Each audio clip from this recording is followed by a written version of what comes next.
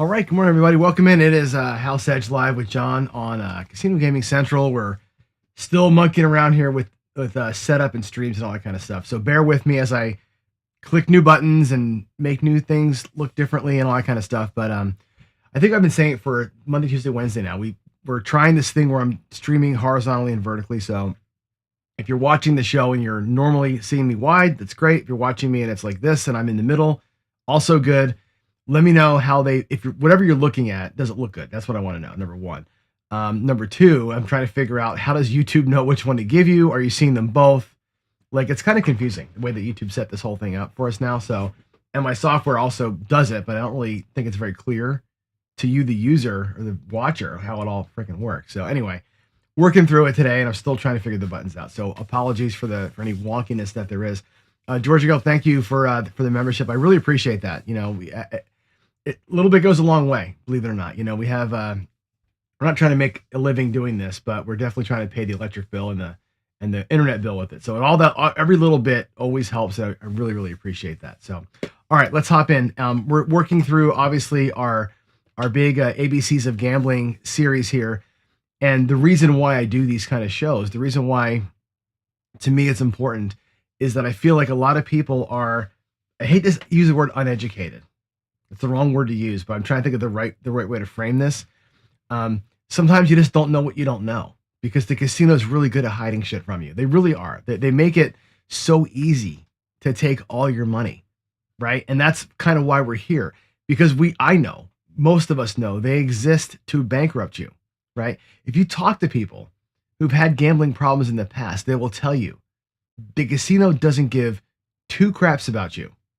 Okay, I interviewed Gargoyle a year and a half, 2 years ago on this very topic. They didn't care what he was going through, not one bit. They're just like, more. Here's another ATM for you. They don't care, and everything they do psychologically is designed to make you part ways with your money, right? And they're not done until you're done. That's the truth of it, right? And that matters to me a great deal, and it matters to a lot of other YouTubers as well. There's a lot of us that are on the right side of this topic, where we're like, hey, we know these games are negative EV. We know you're probably going to lose over time. I'd like for you not to lose it all at once. I want you to have a good entertainment time while you're out there. And I want to give you a fighting chance when it does swing your way on the luck side. The casino doesn't want that. God forbid you get good at anything, you're out. Can't sports bet, can't card count, nothing, right? So that's kind of how this all came about, why I do the show. And frankly, I'm glad that when I hooked up with David at Casino Quest, they started coming around to, like, it's not always pedal to the gas or pedal to the floor, right? They're coming around more to this money management. And matter of fact, you talk to some of the casino execs, and although I don't take a lot of their money, right? I consistently take their money. They don't like that. They don't like people who understand money management and have discipline. They really, those are the ones that scare them. Their point of view is, if everybody had discipline and money management skills, if everybody was non-emotional when they played, if everybody understood how to work their bankroll, they would be in a little bit of trouble. They would probably make the margin, right? Instead of making more than the margin like they make now, because people lose too much money. They lose too much money. They lose more than the house edge because they're doing dumb things, making poor decisions. So for that reason, and that reason alone, we started another series called the ABCs of Gambling. And I think that we're starting to hit our stride with this. And I always try to find different ways to frame the same thing. So if I get repetitive, it is what it is, right? But I think you can't hear the same things often enough. And sometimes people come into the series in the middle. They don't start at the beginning. So some things will come repetitive. And I think ABCs give me a good way to kind of keep things in order, some kind of order. And it's fun. So today we're rocking the letter P. And the P is going to be interesting. We've got just a few topics today. It's actually kind of a shorter one, but may go a little bit deeper on a few things. And I want to cover, once again, I want to cover this idea of probability. We'll do a little bit, not a lot, of psychology talk. I want to talk about deck penetration as it relates to card counting. I want to talk about pressing your bets. And we could do, obviously, 1,000 shows on pressing your bets, because especially in a game of craps, right? Pressing is kind of the thing. That's what craps is all about, right? Craps is all about how, when, and how hard you press. But other games enjoy that too if you play your cards right, so to speak. We'll land on poker and a couple of last little things here in what we call the lightning round at the end. So, all right, let's go. I'm looking at, by the way, I'm going to go back to this scene here. Give me a second to go backwards, like a minute. Can I do that? And this? There we go. Okay, I'm trying to figure out how to get from bouncing around here. Let's see. I'm looking at some of the chats before I even start. Skill says you're seeing both notifications. It's your choice which to watch. Okay, so that tells me I need to put vertical or horizontal in parentheses next to the titles. I thought YouTube was going to do it automatically for you. I would have thought it would have picked your device and give you the right one. Really, if I was building a video service, that's what I would probably do. Maybe that's where they're headed with this. I don't know. All right. Is there a show tomorrow, Randall Hill? I'm planning on it tomorrow. Tomorrow's Friday. Yeah, Friday Follies tomorrow. I'm going to run something like that. What did I call it yesterday? The odds ladder. We'll run something like that tomorrow. If I can get my ass out of bed. Last 4 or 5 days I have not slept. So we'll see. We'll see. Hey, look who's here. Brian's here. Good morning, sir. How you doing? All right, let's get to it. Let's get the letter P. I'm gonna go here. Give me a second to get to where I want to be. I'm gonna go here and then here. That should get us there. Not to never forget. I want to go to this one. There we go. Let's start the letter P with this one, with probability. Now, we covered this, I think, quite a bit yesterday with the letter O. We looked at odds and probability in terms of how we calculate. And that was yesterday's show. It was a little mathy, right? Today, I want to talk more about why probability matters. Okay, what it means to you, right? So first, we'll do that test, right? The coin has come up, where you flip the coin, right? You get 5 heads in a row. Okay, maybe make it worse. Maybe we have 15 heads in a row. Okay, something crazy that's happening, right? What's the probability of heads on the next flip of the coin, right? Some people would say we're in a trend. Some people would say we're experiencing variance. Some people would say it's a streak. Regardless, you've had 15 in a row. So what's coming next? And I guess my question is, the real question is in chat, what would you bet on next and why? Maybe put that out. I'm going to bet heads because or tails because. Just put it out there while I'm talking, okay? I'm really curious to hear what your thoughts are or how your minds all work, okay? And if you're watching after the show, of course, put that in the comments, even after you've heard me tell you my thoughts on it, okay? And I'll say this. If anybody hesitated at all, you had to think about that. If any part of your brain said tails is due or heads is coming because it's coming, congratulations.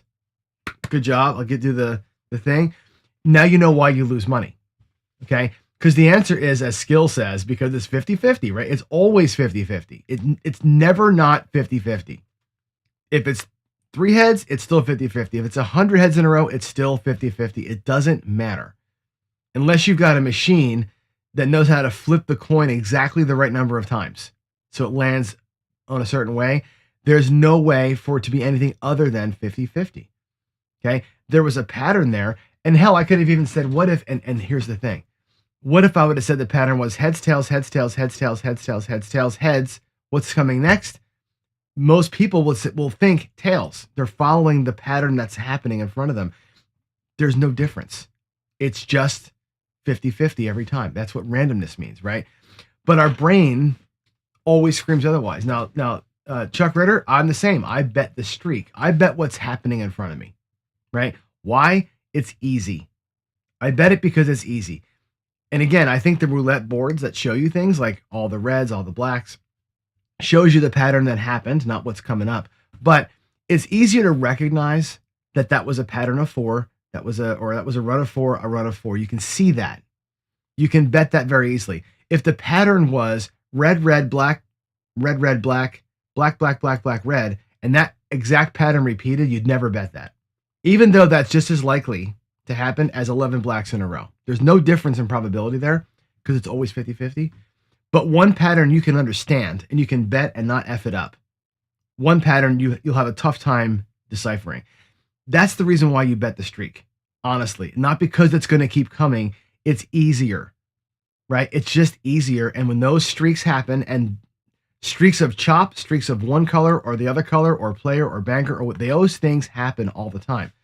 They have no weight on what's about to happen, right? And remember this, right? Your brain has been running software for 200,000 years, right? I've said this before. Our ancestors survived because they could recognize patterns, right? They would hear a rustle, tiger's coming to eat me, right? Better to have a false positive and not get eaten, right? But the casinos aren't that, right? The rustle in the bushes isn't a tiger, it's randomness in a casino. And the software we have sees patterns that just don't exist. We try to make something consumable or understandable out of craziness. Okay. And so the probability errors that I think most gamblers get bit by are some of these things. One, we're talking about overweighting the recent events. 5 reds in a row does not make black more likely. Doesn't make red more likely, but your brain is convinced that it can. A lot of people's brains are. I watch roulette players that obviously don't watch my show do this, right? It's why the scoreboard's there. It's not there to help you. It's there to activate that. It's activating that muscle, right? Humans also see patterns in randomness. The machine is hot. The table is cold. I always do better on Thursdays. Women, how many times, raise your hand in chat. Don't lie to me, by the way. Don't lie to me in chat. How many times have you heard said, or made different bets when a woman walks up to a craps table and says, I've never played this game before. How does it work? And I'll guarantee you, 90% of you will say, she's going on a hot roll. We've all said it. We've all seen it. We've all heard it. We've all witnessed it. Right? There's nothing there. There's no there. The dice don't give two shits who's throwing them. Unless your name is Ed or Bo or Dom or somebody who actually has a little bit of skill. Other than that, or George, right? Or Joe. Other than that, dice don't give two shits. If she's a virgin dice player or not. But we like to find that stuff. We find signal in the noise because that's what our brains understand, right? We misunderstand independence. Every spin, every roll, every deal, separate event. What happened before does not influence the future at all. In blackjack, yes, the density of the shoe does matter as far as what's been dealt. If there's a shoe, we'll talk about that here in a little bit. But that's a real thing, right? Everything is independent. And I think I'm not asking you to make, math calculations at the table, right? I want you to accept the fact what probability tells us, right? Even when your gut is telling you the opposite, probability is what it is. And like I said, we evolved to spot predators, right? Not calculate odds. That's not what our brains are good at, right? But the problem is probability and your intuition will disagree at some point. And when they do, probability is always right. Your intuition at a table is never once, not ever right. I'm just stating a fact. All right. Next up, let's switch sides here. We'll talk a little bit about psychology. And again, I don't want to do a whole treatise on psychology, but things that we know to be true are this. House edge and blackjack with perfect basic strategies, about a 0.5% edge on you, right? That's $5 per thousand that you wager over a 4-hour session at $20 or $25 a session or a hand. You're betting about $1,000, right? Over time, you're exposing about $1,000. So if that's the case, and that costs you about $30, 30, 40, $50. It isn't like it's a lot of money, right? That edge, it's not a lot. But how is it that people are losing thousands of dollars? This fascinates me, right? If you're going to be a pass line bettor in craps, it's a 1.4 house edge. If you're going to be a basic blackjack player, it's 0.25. You sit there with your quarters and you grind away, and either you get lucky today or unlucky today, but you should lose about $30 an hour if you're playing $25 a hand and at a decent clip. How do people lose thousands in that same amount of time? Think about that, because this is real. And Ken from Ken Ben's Gambling's out there. You've lived the life. You know what this is all about. You watch more people play next to you than most of us probably have. What is it that makes somebody lose thousands while somebody is tying, while somebody is winning on the same set of outcomes at a baccarat table, especially? What is it? Psychology, right? The edge on most of these games is small. That slice they take, that 1%, a little bit of profit on if you average it all out, their overall house edge is on the table games between 1 and 3%. If you average everything out, it's not like it's a lot, right? But the psychological edge they have on us is enormous. And unlike math, which is fixed, math is what math is. You can't change it. The psychological vulnerabilities that we have, they get exploited in real time. So there's bugs in the software. We talked about this, the software we have in the last segment. Loss aversion, right? Think about this. Losses hurt twice as much as an equivalent win feels good. You lose $100, you're fucking pissed. You win $100, you're like, okay, that's cool. I'm on the way to my goal, right? We had this disconnect with that, right? And that's why people chase. A $200 loss creates enough pain in most people that they'll risk another $200 to erase it. Now, even though that makes no mathematical sense, okay? There's a fallacy out there called sunken cost. Have you ever heard of this one, sunken cost? It says, I've already put 5 hours into this session. You know what I mean? I can't leave now. I put too much time in it, right? I've been there myself where I've gone to a craps table, bought them for $1,000, lost 500 right away, and ground away for the next 2 hours and earned that $500 back and got to about even. I'm like, man, I got 5 hours into this freaking thing. I got myself back ready to even. Now we can go, right? You can leave. You put in work. The 5 hours are gone. The only question is, what are you going to do in the next hour, right? Your brain treats that past investment as like a reason to keep on rolling, and it's not. If you're down and you claw back, you've won. You've won $500 to get the $500 loss back. That's putting in work. Unfortunately, you weren't even when you got the $500 win. You were down. Okay, Sarah, you fight again tomorrow. That's the way this has to work. Your brain has got to get out of its own freaking way. All right. Another concept is called variable enforcement. It's a big one, right? Unpredictable rewards are more addictive than predictable ones. Think about that sentence.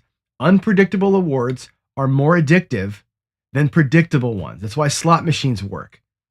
You don't know what's going to happen. It's way more fun when that thing goes off. That's why David loves Keno, right? That's why people play the ATS. Unpredictable. You don't know when it's going to happen, but when it comes, you're like, woohoo, right? That's why we keep playing when we lose, though, because the next win could come any minute. And the dopamine system in your brain's getting hijacked, right? There's something called the near miss effect also, right? 2 cherries and a blank on a slot machine feels like you almost got it, right? Or like, you're running a hard way parlay on craps, right? You got $1 on the hard 6 and it runs and it hits, boom. Parlay that thing, or it goes to $10. $10, next roll's a hard 6. Oh my God. Parlay it, go to 100, right? Take the $1 and let's make 1,000 out of it, right? And then they roll a regular 6. And you're like, geez, I was almost there. I was almost there. Turn $1 to 10, 10 to 100. The next hits $1,000, right? $900. Wouldn't that be great? I've done it a couple of times. Wouldn't it be great? How many times do you never get that last one? You're almost there. You're almost there. Or you're one away from the tall. You're almost there, right? That's a real feeling, right? And the casino games are, especially the longer pulls, right? The ATS, the fire bet in crap, some of the side bets. Oh, I almost had the 3 hearts, whatever that freaking side bet in blackjack is. I almost had the perfect pairs, right? One away, I would have had the $64,000 jackpot. That is a psychological suck job. It just pulls you into these games. Those near misses, I'm telling you, that it's such a pull. They got you like a fish, right? You got to look at the casino floor with fresh eyes, right? There's no windows, there's no clocks. You can't tell what time it is, right? The oxygen's always pumping, right? You're always alert for the most part. They can oxygenate you through the drinks, which are free, that impair your judgment and they extend your time. The layout makes you have to pass things they want you to see on the way to the bathroom, right? Palace Station, love that casino. What's in front of the bathroom? Bubble craps. Right there on the way in, right? And right on the way out. It's you go from craps table to bubble craps to the toilet, right? Literally, that's where your money probably goes to. But the way they've set it up is for this reason. Every design choice that they make, the music, the sounds, the volume, where things are, is all there to exploit something specific. One of these little vulnerabilities that we have. It's all there for that. You're not playing a game. You're walking through an experiment. Literally. And the only defense that you've got is understanding your brain well enough to recognize when it's being manipulated, which is most of the time. Okay. So again, their edge is very small, right? their psychologically their psychological edge, as I note on screen, is massive. The actual house edge is tiny. You make it worse. You make every game worse. House edge on blackjack is less than 1%. The hold on a blackjack table is 10 or 12% because people are stupid. They get sucked into the mojo. Very, very careful. Be very, very careful. All right, next up. Next up, we have deck penetration. Now, I want to talk a little bit about how card counting works. And I know that's kind of going away. We'll talk about that here in a second. But why casinos, why they've worked so hard to solve the problem. Okay. So first of all, it's not magic. Card counting is not magic. It's not memorizing the cards that get played. It's about tracking the balance between the high cards and the low cards. It's all that you're looking for. And the big takeaway on that is a deck that's what we call rich in tens and aces. There's lots of big cards. It favors you. Okay. Blackjack pays 3-2 for you, right? You want lots of big cards in the deck to help you out with the double downs, right?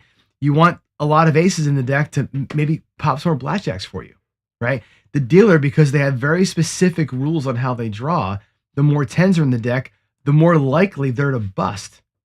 They're forced to hit those stiff hands. They just are, right? That's why it's good for you. So we keep a count. We call it the running count. You start at 0. All the low cards, 2 through 6, you add 1. High cards, you subtract 1. Neutral cards, you ignore them, right? The running count is positive, meaning more low cards have been played. The remaining deck is what we call rich. I call it thick. It's a thick shoe. Good. It's good for you, right? And the thing that separates the real card counters from those of us who are, amateurs at it is the true count. So a running count, what we just talked about, of plus 10 means something very different. When there's 6 decks in the shoe and there's 1 deck in the shoe. If they've dealt most of that shoe out and you're at a plus 10, the number of 10s that are in that, the percentage of 10s in a little bit of a deck that's left, a little bit of shoe that's left, is enormous. So the true count divides the running count by the decks that are remaining. So plus 10 with 5 decks left is a 2. A plus 10 with 1 deck left is a 10. Massive difference. A massive difference. So what the casino does is a couple of things to combat this. Okay. One is, and what we're talking about today, is deck penetration. Okay. Deck penetration means when you're playing blackjack and it's a hand dealt game, they give you the little yellow card. They give you one of these guys here. Right? And you cut the deck and they do the thing where they cut the deck and the dealer puts the card back in the deck. That's where they stop dealing, right? They put the little card in there. That's when they stop coming from the shoe. In some casinos, it's a 70%. They go all the way to the end of the shoe. 70% gets dealt, which means in a 6-deck game, right, you have about a deck and a half or so left at the end that's not being dealt out. Some casinos, and again, know this. You got to know this by researching this. On the strip especially, right?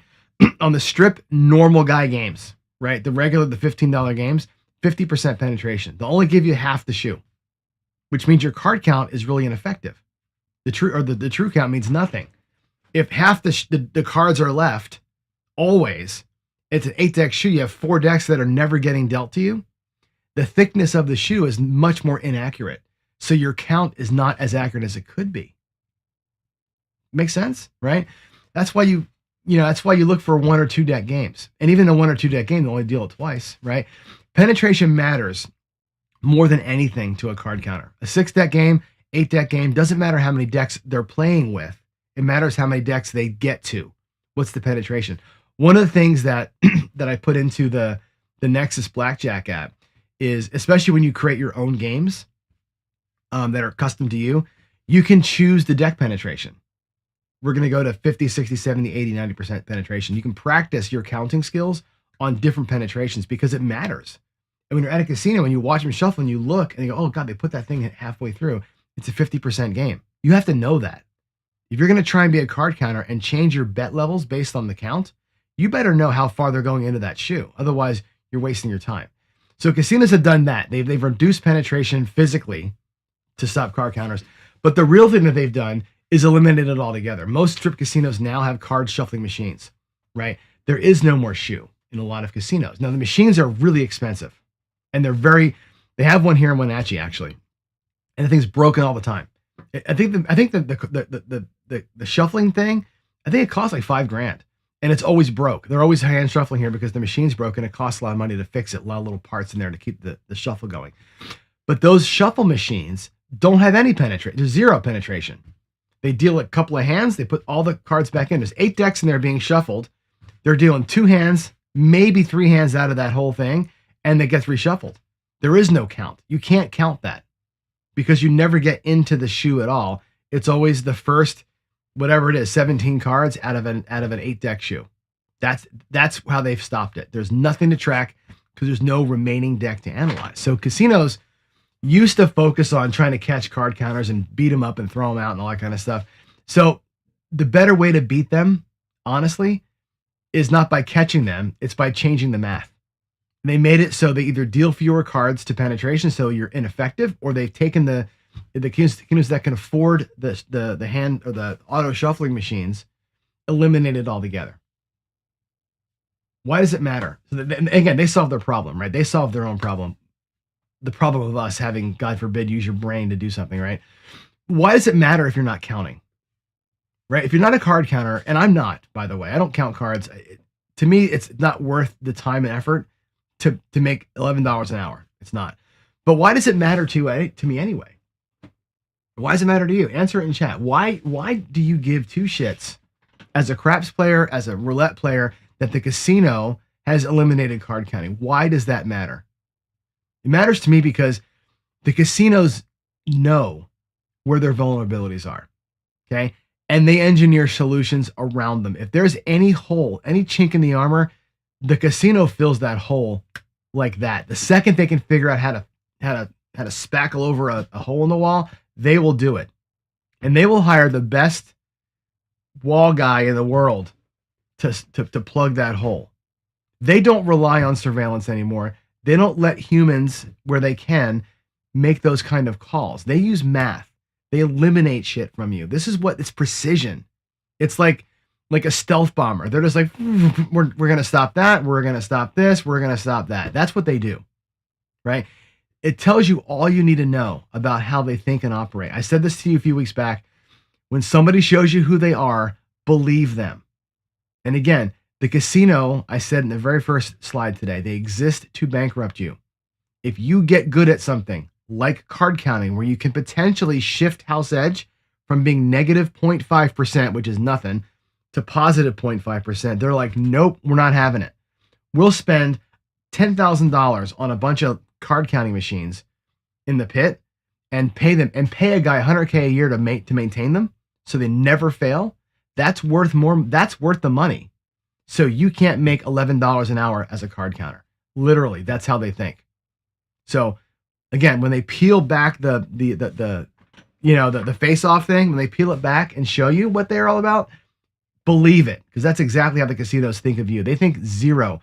Actually, I was going to say that they think nothing of you. They think a lot of you. They believe that there's people out there that can really take them to the cleaners. They won't have it. They will not have it. It is what it is. All right, next up. Pressing bets. I love pressing bets, right? Especially with craps game, right? You're winning a bunch, right? 3 hands in a row. You've won. The 6s come forth. Whatever it is, you're feeling it, baby, right? Do you press? And I know some people don't press, or they press very, very little, right? The mathematical answer is this: it doesn't matter to the probabilities. The next hand is the same odds, whether you press or not. And also, if you and I think there's merit to this, and there's also not. When you run a million simulations, if I same bet forever, right? If I press by 1 unit forever, right? If I go, let's just take a pass line bet. I go 25 and I same bet it for my life. I go 25, and if I win, I go to 30. If I win, I go to 35. If I win, I go to like 1 unit little presses, right? If I do both of those things side by side, guess what happens in the end? Can anybody tell me what happens in the end? In chat, tell me what happens in the end. If one player is pressing a little bit, one player stays the same. What happens? I'll give you the answer. They both go to zero. They both eventually lose all their money. Doesn't matter. The guy who's pressing actually delays his profit. If you think about that, if you're pressing with your wins, you're delaying your profit. One guy's collecting $25, one guy's collecting 20. Next hand, The same bettor collects another 20. He's got 50. The other guy gets 25 and goes higher. He's still chasing the other. He's down a little bit, down in potential profit. It's really about targeting. Pressing is about targeting and having discipline. If you're going to press your bets, that's great. Once you exceed the expected value of your initial bet, that's when you have to make that stop go decision, right? Once you're collecting more than your initial bet was. So if I go from 25 to 30, 30 to 35, 35 to 40, now I'm collecting more with my next hit than what my initial bet was. That's the time that pressing worked for you. But all the times that you didn't get to that third hit or whatever your amounts are, pressing cost you. So beware of that, right? It's how you can turn a small win though, or a small little variant, 5, 6, 8 in a row, into something big, right? Pressing, you can go from a $10 5 to a $500 win in five hits. You can't make $500 with 5 $10 hits. If you are aggressive with it, you can take it for a long way. All right. That's it. It's just a thing we have to be kind of, I think, in touch with, right? So I'll explain the case for both, right? So for pressing, again, flat betting, the same every hand. It's a safe approach. It's boring. There's a ceiling to how much you can win. You'll never have a story, right, of the night you ran $100 into 1,500 if you're a flat bettor. It'll just never happen unless you get 50 in a row, right? You'll never have that story to tell. And if you're there for the story, you're probably there for the wrong reason. But what I'm saying is that will just not happen, right? Pressing, you can attack a streak with what we call, hate to say it, house money, right? With your profits. You win 3 at 25, right? You're up 75. If you go to 50, you're risking what we call unrealized gains. You're using your profits, right? But now your wins are double sized, and you still have you're still up your initial bet, right? If you press to a point and then go, right? The key phrase I know is it's a house money thing, right? And I know we've talked about it. It's your money. It's your money once you win it, but the psychological and strategical way to say it is that. And really risking your recent winnings is different than risking your rent. I think there's a case to be had there, right? So, all right, let's look at how overpressing can hurt too, because you're up $300 and you're pressing because you're hot and you lose 2 in a row at that higher level, right? You may have lost 100 instead of 50, and now you're back down only being up 100. It feels like psychologically that you've lost $200. You could be up 300 pressing, right? Lose that, still be up 100 and feel like you lost. You realize that? What a mind game that is? So you stay back at the table and you go back to that higher rate again to get back to that $300 win, and you lose again. Now you're even, right? So now you're pressing to get even and you're down. The $300 win can become a loss because pressing got emotional to you. We talked about the emotions earlier. If you weren't following a plan, you're chasing a feeling. And the solution is having a press plan that has a lock, right? So before you press, know the answers to the questions. When do I press? After how many wins? By how much? When do I reset to base? How many losses will I accept at a higher level? When do I lock the profits? At what point do the winnings just come down? Okay. My advice, and this is why I do things like the G Money special on the 9 and the 5, right? I have plans that I do. I have systems for every number. A, so I don't forget. B, I know what the output's going to be. And C, I know what it takes to get there, right? Create a system for yourself, right? It could be up 1 unit and pull, up and pull, up 50% and pull. But half of your win out there every time, right? You can go a full press and then a collect in rhythm, right? You can go press, then collect, or collect, then press. Whatever it's going to be, whatever the rhythm is that you want to be into, lock into the rhythm. Just ensure that the rhythm gets you out, gets you even and playing with that excess profit quicker, and that your wins actually can compound a little bit. And when you lose at the higher levels, that was the chance you took. You risked unrealized gains to make more money. If you lose that, you have to disconnect from that. It's the hardest part of the whole thing. When you press high, you have to disconnect from what you have in action. As long as you have profit in your rack, you got to disconnect from what's out there. If you cannot disconnect, Do not press. If you cannot disconnect, pull it down. You're not ready for it. Just talking truth. All right. If you press with a plan, you can capture a streak. If you press with emotion, you're going to give all of it back. So be careful with that. All right. Last up, poker.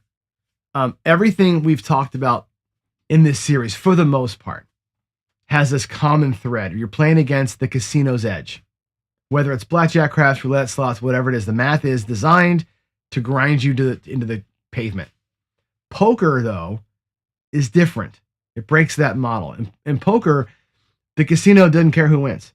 They take their cut. It's called the rake. They take the rake off of every pot. Usually it's 5-10%, whatever it is. Right? And then they're done. They're providing you a service. What happens at the poker table is between you and everybody else at that table, and that changes everything, right? In blackjack, as you know, perfect strategy, 0.5%. Math guarantees it. You can flip it with card counting, but that's really it. In poker, there's no ceiling, right? If you're better than the players at your table, you win their money, period. The rake is the cost of doing business. We don't care about that. But it doesn't create an unbeatable edge like the other games do. It's just overhead. That's why poker professionals actually can exist. Real sustainable, this is my job, pro poker players. They're not mythical beasts, right? They're real people that grind out a living because skill beats luck over a sample size. Effectively, the professional poker player is working the edge like a casino does. They will take skill and their math, over the luck of some random ass like me coming out there. You don't see pro blackjack players anymore. The auto shufflers killed it. You don't see pro craps players anymore. There's no edge they can really exploit. But you walk into any card room and you'll find regulars who pay their mortgages by taking other people's mortgages, right? I know people who go to the card rooms in Florida in the morning because the senior citizen bus drops the old farts off in the morning for a couple hours. Guys are in there just waiting for them to show up, and they're just taking those IRS checks, right? It's part of the reason why I can't be a poker player. My face gives it away. I wouldn't be very good. But B, I have a real problem with taking somebody's. I don't want to be the casino. I don't want to take somebody's mortgage, right? That'll be hard for me to physically do, but it's possible, right? And so I say this not lightly, but for every poker player who makes a living at it, there's a dozen recreational players funding them. The money comes from somewhere, right? In a zero-sum game without the rake, you're winning because somebody else loses. Like, what's funny to me is people get so pissed off in craps about the don't pass players. Oh, you're rooting against me. You want me to lose, and I hate you for that, right? You go play poker, that other person is literally taking your money. If I'm betting the don't and you're on the place bets, I'm not taking your money. We're both at risk. I'm not taking your money. In poker, I am taking your money. Okay? One thing to realize too in poker, like I said, if you sit down at a poker player and you can't tell who the weakest person is, guess who it is? It's you, right? It's a whole different skill set. You're not calculating edge. You're reading people. You're managing position. You're calculating pot odds against the implied odds. You're exploiting tendencies, right? Much higher variance. In blackjack, your skill can reduce your losses. In poker, skill can make you a big winner or a big loser if you overestimate things. So the question in poker is never, can I beat the casino? The question is, can I beat the people I'm sitting with today? Am I better than them? And that's a much harder question to answer, but again, it's why pros exist. And as I say on screen here, if you can't spot the fish, it's you. The hook's in your mouth. So beware of that. All right, here we go. Last slide, lightning round. I got two things here that are the letter P, but don't really deserve a whole speech, right? Patience goes along with discipline. The casino is designed for action, right? Patience is the way you rebel against that, right? It means waiting for the right conditions instead of forcing the action. It's walking past 5 tables to find the right one, the best payouts for you. It's waiting for somebody to leave the 3-2 blackjack table versus getting impatient and sitting down at the Spanish 21 table next to it. That's patience. It's flat betting through a cold streak or reduction betting through a cold streak. instead of pressing to make it happen. It's leaving after 2 hours when you plan to leave after 2 hours, right? The casino profits from impatience. Every design choice that they have pushes you towards more decisions, faster time or faster decisions, and more time there. Don't play at their tempo, play at your tempo. The pass line is the other one. And again, the pass line's craps 101. I don't want to teach the whole thing, right? And when you play with odds, it's the best bet in the house. It's the best. The odds are the best financial play you can make, right? The mechanics are simple, right? Come out roll, the shooter makes the point, or they set a point by a number 4, 5, 6, 8, 9, 10, or they roll a 7 or 11 and you win. 2 through 12, you lose. That's it. Craps is easy. The edge is small, about a 1.4%, and the odds, which are paid true, can be added to it. And they reduce the house edge by quite a bit. You can get to a 10x odds table. The house edge goes down to 0.2%. Less. It's the one way to get below blackjack is by craps with 10x odds.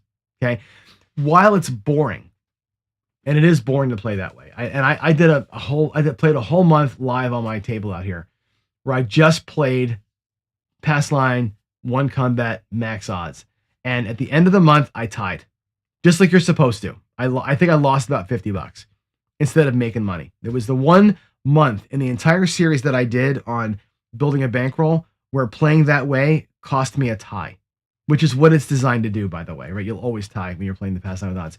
For that reason, though, it's why I believe it's the way to teach people how to play. I think all new players should play pass line with odds, come bets with odds, for two reasons. One, they're not going to get hurt.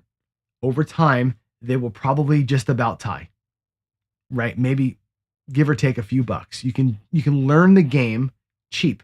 You can teach the game to a friend without having to dive into all the mechanics of everything. Just trust me, dude. Just play the pass line, put some odds. Then they can watch the game happen and understand what's going on while that bet is resolving. It's a slower paced game, right?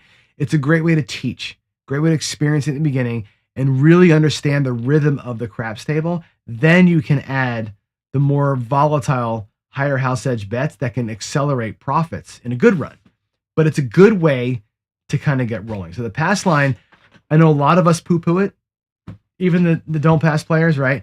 It's a great way to experience the game and really just watch what's going on and hear the vocabulary, watch folks play, and kind of feel some of the energy. So, all right, I think that's the letter P. I think if I go here, I think we're done. That was the letter P, and I hope you had enjoyed that one. It was a good episode. The segments are a little longer today because the topics are a little bit deeper, but they're all important things, and I think hopefully this series lives on and provides some good food for thought for folks. It's going to take me a hot minute to kind of get through all of it and kind of suss the videos down. But if you're liking the series, let me know. Just give me a thumbs up. If you think somebody needs to know what I'm talking about over here, may not be the worst idea to share this with them, right? Let them share in some of the wealth, I suppose, right? I think that's something we can all maybe help each other out with a little bit. All right. So let's check out if there are questions in the chats, and I'm going to run through it. So let me go back. Oh, there's a lot of chats today. Let me go search for the uppercase Q. So we've already talked to Randall. Yes, so I'm planning on a show tomorrow if I can wake up in time for sure. Why does the rich deck favor me versus the rich deck? Well, the thing with the rich deck, Ken, the reason why we say this in card counting is that the more 10s there are, because the dealer has to hit a 16. They have to hit the 16, right? You don't have to hit that. The dealer has to hit it. The extra 10s cause more dealer busts. That's why it's better for you than the dealer. On the smaller hands, when they've got like a 7 or something, yeah, the 10s will get you. But when they're building their hand up, the more 10s that are left in the deck, the thickness of that shoe can hammer a dealer into more bust than normal. So it helps you on both sides of that. All right. The status of my table, Dr. S, is I heard from Casino Supply on Monday. They apologized because they've been busy and they haven't gotten to my design yet. So I'm still waiting for the new Casino Gaming Central logo to get on my design, and then I just got to give them $200 and it'll be here. So I'm just waiting. It's just a waiting game with them. So that's all that is. All right, what else do we have? I'm looking for, is it Z? Let's see. What does Chuck Ritter say? Chuck's saying to something. Chuck, I'm going to try and filter your chats out. Yeah, I'm going to put some of these up because you're right. There's some things up here that are important, right? Casinos are greedy, and we say this a lot, right? They want you to lose always, right? Have they taken the fun out of the game? I think they're trying to find ways to make it more fun, right? They like the side bets. The side bets are hella fun, right? ATS and craps, some of the fun things in blackjack, they are actually fun to play. And when they win, it's really cool and a lot of high fives. They make it funner to lose your money faster. Let's put it that way. All right. Yeah, it's only your money if you leave with it. I love that saying, right? The house, you're talking about house money there. It is only your money if you leave with it. If you put it back out there again, what I used the term earlier was unrealized gains. You've got the gain, you got the profit. It's not realized profit until you walk away with it, right? Jacob from Rage Me This always says this, right? Take your profits and go buy something. Like leave the casino up $500, buy something. Go get a new pair of shoes, a TV set, buy your kids some clothes, take an online course, spend the money on something. That way you realize the profit and put it to something good. You may be building bankroll, that's totally fine. But realize the gains. If you're pressing, you're using those unrealized gains, those profits to make more. You're compounding it, which is good if the variant continues for you. All right. Going through here, I don't see anything else. I'm trying to find, again, it's hard for me to look at the chats because I can't tell when I'm supposed to read on without the Q in front of it. So, John, this is a good Ken. John Patrick's little 3 is flawed. Theory, logic, and trends. You're right about this, and I'll go a step further with you, right?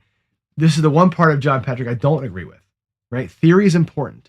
Everybody's logic is different. You're right about that, Ken. I'll put that back up there. Everybody's logic is not the same. So it's hard to quantify that in a book or in any kind of thing we can teach, right? And you know me, I'm not a believer in trends, right?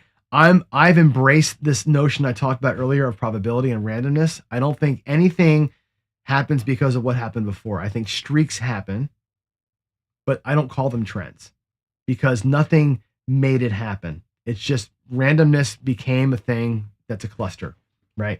So I don't believe in that. However, betting properly when things are going in a little bit of a run is important.